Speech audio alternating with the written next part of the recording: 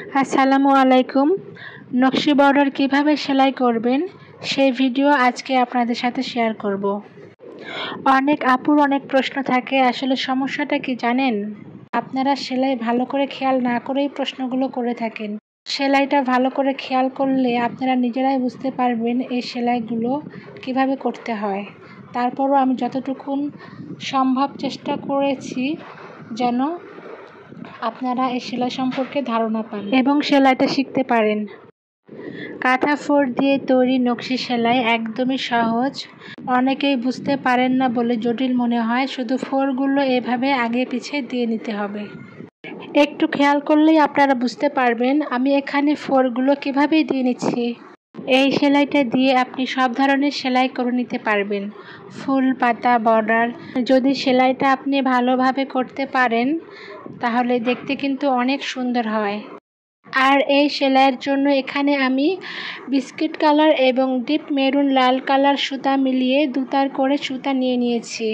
আপনি যদি আমার ইউটিউব চ্যানেল এবং ফেসবুক পেজে নতুন হয়ে থাকেন তাহলে আমার পরবর্তী ভিডিওগুলো দেখার জন্য ইউটিউব চ্যানেলটি সাবস্ক্রাইব করে রাখতে পারেন এবং ফেসবুক পেজটি ফলো করে নিতে পারেন।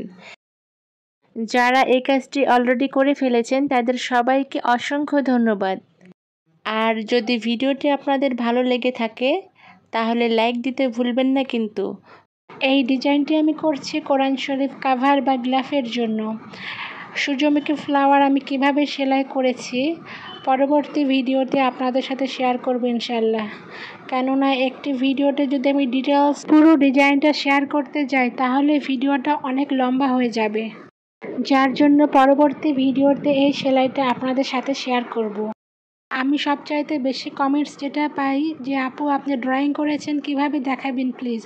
আসলে সব সময় তো সেভাবে কাজের ভিডিওগুলো করা হয় না, তবে ড্রয়িং আপনি বিভিন্নভাবে করতে পারেন।